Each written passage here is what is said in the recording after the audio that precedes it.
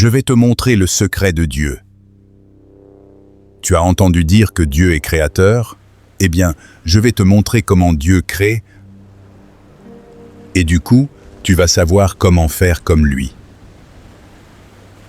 Comprendre cela va changer ta vie et les résultats que tu vas obtenir dans tout ce que tu fais.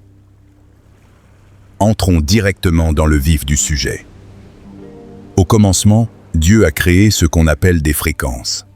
Tu dois bien comprendre cet aspect avant d'aller dans les détails. Lorsque tu parles ou que tu chantes, tu émets des fréquences. Ce sont des ondes qui sortent de ta bouche.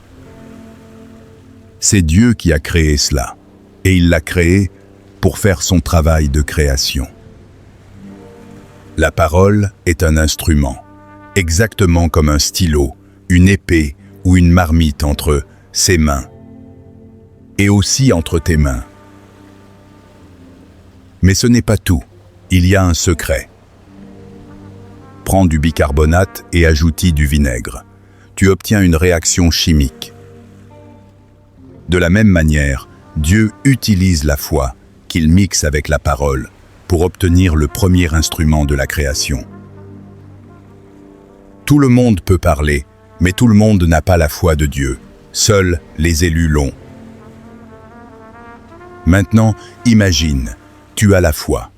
Tu libères une parole remplie de cette foi.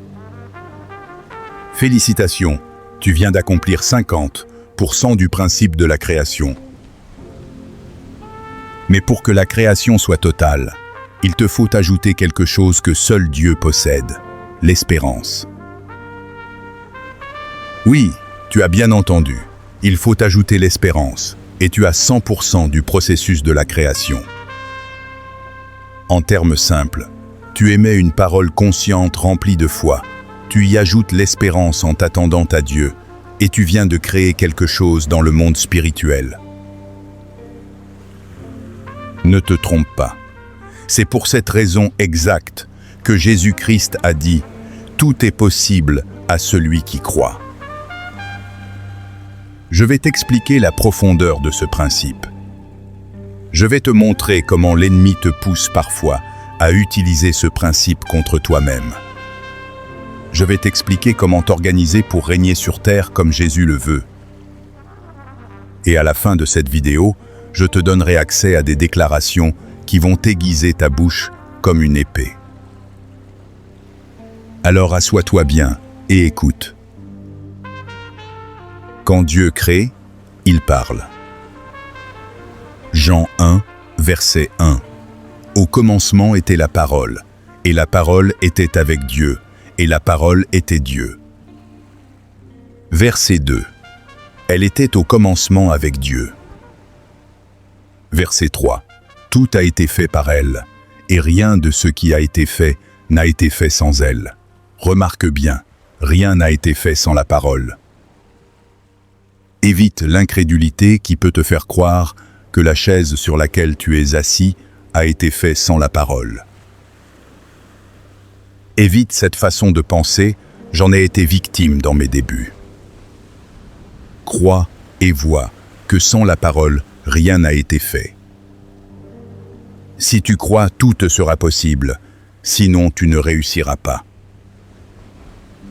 Aussitôt que tu vas croire cela, ta parole deviendra une parole de foi, et ta bouche deviendra ton atout le plus précieux. La parole de Dieu, celle que Dieu prononce, est une parole de quelqu'un qui croit. Cette parole est remplie de foi, elle n'est pas une parole vaine. C'est ainsi que tu dois toi aussi être. Tel il est, tel nous sommes dans ce monde.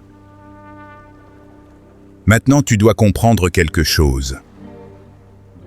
Avec Dieu, il y a quelque chose qu'il te faut avoir. Cette chose, c'est le caractère de Jésus. Il l'exprime de cette façon. Dieu lui a donné le nom qui est au-dessus de tout nom, afin qu'au nom de Jésus, tout genou fléchisse dans les cieux et sur la terre. Le mot « nom » signifie caractère. Il faut avoir le nom de Jésus, le caractère de Jésus. Laisse-moi aller un peu plus loin. Le mot « nom » dans le texte original, c'est le mot « onoma », et « onoma » signifie le caractère. C'est ce caractère, au-dessus de tous les caractères, que Dieu a donné à Jésus, et devant lequel tout genou fléchit. C'est ce caractère spécifique qui faisait la force d'Élie, d'Élisée ou de Jean-Baptiste. Ce caractère ne se trouve pas chez l'homme ordinaire. C'est pour cela que Jésus a dit que celui qui aime sa propre vie plus que lui ne peut être son disciple. Il faut mourir à soi-même pour revêtir ce caractère. C'est ce caractère que nous retrouvons dans l'un des 4 visages de Dieu, le lion. Le lion représente l'espérance absolue. Quand le lion se positionne pour atteindre sa proie, son objectif, il ne la rate jamais. Cette compréhension te donne l'espérance inébranlable qu'a Dieu. Tout est possible. Pour ce qui nous concerne dans cet enseignement, nous avons besoin du caractère de Dieu le Père. La Bible nous montre les 4 visages de Dieu, le bœuf, l'aigle, l'homme et le lion. C'est le caractère du lion qui représente l'espérance dont tu as besoin. Lorsque tu es ferme sur ta parole, qu'elle est remplie de foi, et que tu l'associes à l'espérance, tu viens de créer. On ne peut pas défaire cela, c'est fait. C'est pour cela que Dieu dit simplement « que la lumière soit ». Je vois que tu me suis. Écris « je te suis » dans les commentaires.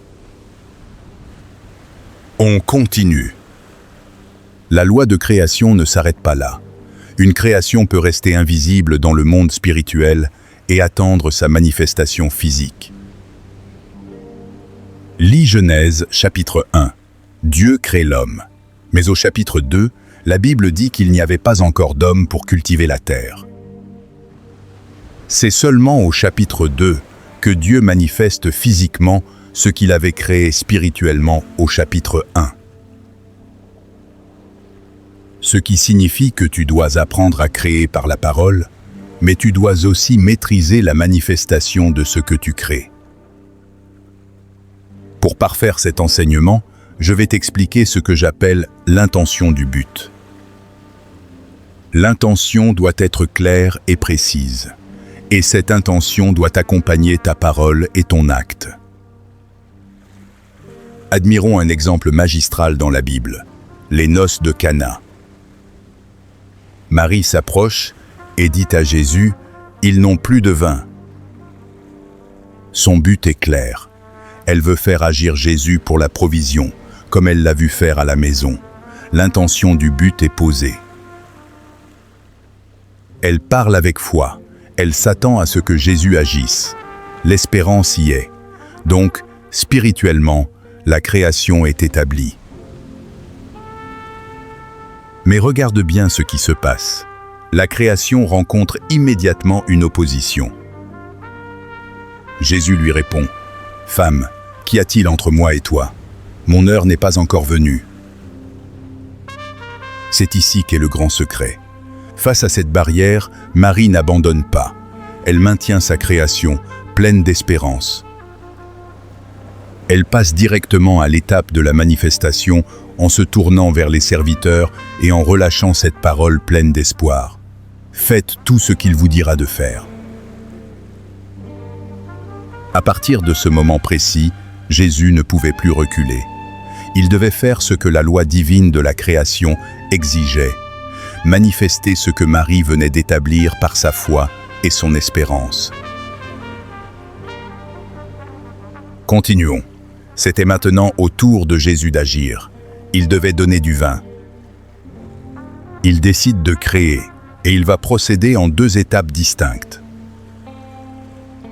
Première étape, la création dans l'invisible. Il dit aux ouvriers, « Remplissez d'eau ces jarres. » Pourquoi? Quel était le but? Jésus, qui savait que toutes choses lui sont soumises et que le Père était avec lui, a mis l'espoir en action. À cet instant précis, il venait de créer le vin, bien qu'il soit encore invisible à l'œil nu. Deuxième étape, la manifestation. Quelque temps après, les ouvriers sont là avec les jarres pleines. Ils attendent. C'est là que Jésus libère la parole pour manifester ce qu'il a créé. Puisez maintenant et portez-en à l'ordonnateur du repas. Et ma Bible dit dans Jean 2, verset 11, « Il manifesta sa gloire, et ses disciples crurent en lui. » Il a manifesté ce qu'il avait d'abord créé dans l'invisible. Écoute-moi bien, ce principe est partout dans la Bible. En fait, Dieu ne fait que créer. Si Dieu arrêtait de créer, ce serait la fin du monde. Ce que tu dois comprendre aujourd'hui, c'est que le futur n'est pas défini d'avance. Nous construisons notre futur en partenariat avec Dieu, en utilisant ce principe exact. Écris « Je manifeste » dans les commentaires si tu as compris ce mystère. Maintenant, laisse-moi te montrer comment l'ennemi te pousse à utiliser ce principe contre toi-même. L'ennemi sait que tu es créé à l'image de Dieu. Il sait que tu es créateur. Alors il t'envoie un cauchemar montrant un accident. À ton réveil, tu as peur. Tu crois que ça va arriver. C'est la foi inversée. Et pire, tu t'attends à ce que cela arrive.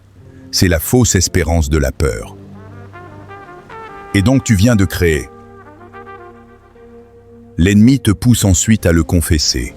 Tu dis à tes proches, « Je sens qu'un accident va arriver. » Dès ce moment, tu es en train de manifester ce que tu as créé. Quelque temps après, l'accident arrive. Que s'est-il passé? Tu viens d'utiliser le principe de création, parole, plus croyance, plus attente, pour créer ton propre malheur. C'est pareil pour l'argent. L'ennemi te fait croire que tu n'arriveras pas à payer tes factures. Tu y crois, tu y penses, tu le confesses de ta bouche. Je n'ai jamais d'argent. Et cela finit par t'arriver alors que tu es un élu de Dieu. Peut-être que tu m'écoutes et que tu te dis « J'ai déjà fait cette erreur. J'ai confessé la peur après un mauvais songe. » Écoute-moi attentivement. Voici l'antidote. L'antidote consiste à maîtriser ta langue. L'apôtre Jacques en parle très bien. L'antidote, c'est d'utiliser le même principe de création pour inverser la situation. Tu ne dois jamais parler en suivant tes émotions suite à un songe ou une mauvaise nouvelle. Jamais. Puisque tu maîtrises maintenant le principe de la création, voici ce que tu dois faire. Tu refuses la peur. Tu ouvres la bouche et tu déclares qu'aucun accident n'aura lieu. Tu déclares que tout plan de Satan pour introduire ce mal est formellement annulé.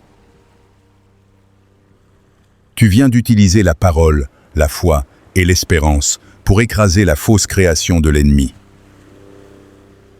Il existe d'ailleurs un endroit précis dans le royaume des cieux où l'on se tient pour faire des déclarations qui n'échouent jamais. Mais je t'enseignerai ce mystère dans un prochain cours. Écris professeur dans les commentaires, car je vais t'expliquer comment inverser ça. Tu peux modifier ce manque d'argent en une vie abondante. Souviens-toi que la Bible est remplie de créations divines qui n'attendent qu'une chose, que tu les manifestes sur la terre. La Bible devient pour toi un manuel pour faire l'impossible. Si tu aimes cette révélation, dis « J'aime Jésus » en commentaire et abonne-toi à la chaîne. Regarde cette grande création dans Apocalypse 5, verset 12. L'agneau qui a été immolé est digne de recevoir puissance, richesse, sagesse, force, honneur, gloire et louange. Comment fait-on pour entrer dans cette création majestueuse? C'est très facile. Écoute bien ce secret. Ce que Dieu a dit dans sa parole est déjà rempli de sa propre foi et de son espérance. C'est déjà créé. Tout ce que tu as à faire, c'est d'accepter cette parole, d'y croire profondément et de la confesser. Mais attention, il y a une clé. Tu dois le confesser en gardant ton visage fixé sur la nature lion de Dieu. Fixe ton regard sur le caractère lion de Dieu, sur son autorité absolue. Car c'est Dieu lui-même qui est notre récompense. Quand tu t'alignes sur sa parole avec cette attitude de lion, la création qui était dans la Bible devient une réalité qui se manifeste dans ta vie. Tu peux entrer dans cette création. Tu peux l'accepter, y croire et la manifester dans ta propre vie.